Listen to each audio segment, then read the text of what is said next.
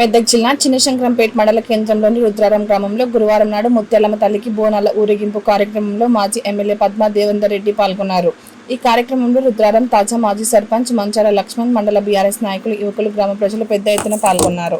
అమ్మవారికి బోనాలు తీయడం అనేది ఆనవాయితీగా వస్తున్నది.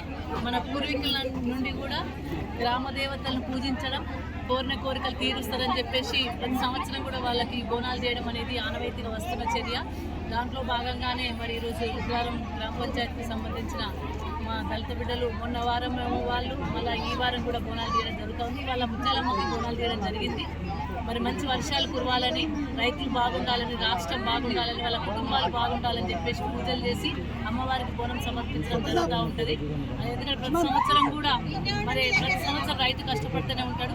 రైతు ఆనగాలం కష్టపడ్డ రైతుకు పంట చేతికి రావాలని, వాళ్ళు సుభిక్షంగా ఉండాలి, ఆరోగ్యంగా ఉండాలని, ఎటువంటి వ్యాధులు, సీజనల్ వ్యాధులు ఏవైతే ఉన్నాయో అవన్నీ గ్రామానికి చేరకూడదని, వాళ్ళ పిల్లలకి ఎటువంటి వ్యాధులు రాకూడదని చెప్పేసి మొక్కులు చెల్లిస్తూ ఉంటారు. దాంట్లో భాగంగా మరి రుద్రారంలో ఘనంగా వైభవంగా చేయడం జరిగింది. నేను కూడా అమ్మవారికి మరి రాబోయే కాలంలో వర్షాలు మంచిగా ఉండాలని, రైతులు సుభిక్షంగా ఉండాలి, మంచి ధాన్యం పండించాలని చెప్పి కోరుకోవడం జరిగింది.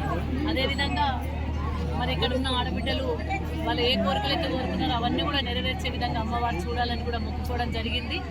మరి తెలంగాణ రాష్ట్రం వచ్చిన తర్వాత ఈ బోనాల పండుగకి ప్రాశస్త్యం పెరిగింది. గతంలో బోనాలు అంటే చిన్న చూపు ఉండేది.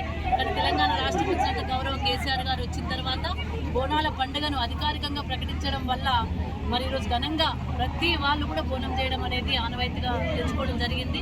ఆషాఢ మాసం రాబోతూ ఉంది. మరి రాబోయే ఈ నెలలో ఆషాఢ మాసంలో హైదరాబాద్ నగరంలో ప్రతి ఇల్లు నుండి కూడా బోనం పోవడము, అమ్మవారిని పోవడం అనేది జరుగుతూ ఉంది. కాబట్టి మరి చాలా ఘనంగా గొప్పగా తెలంగాణ రాష్ట్రానికే ప్రతీకగా నిలిచిన బోనాన్ని మరి అమ్మవారిని కొలవడం అనేది మనందరం మరి చేసుకున్న పుణ్యం, అదృష్టం. కాబట్టి అమ్మవారు అందరూ కూడా చల్లగా చూడాలని మొక్కుకోవడం జరిగింది. జై తెలంగాణ.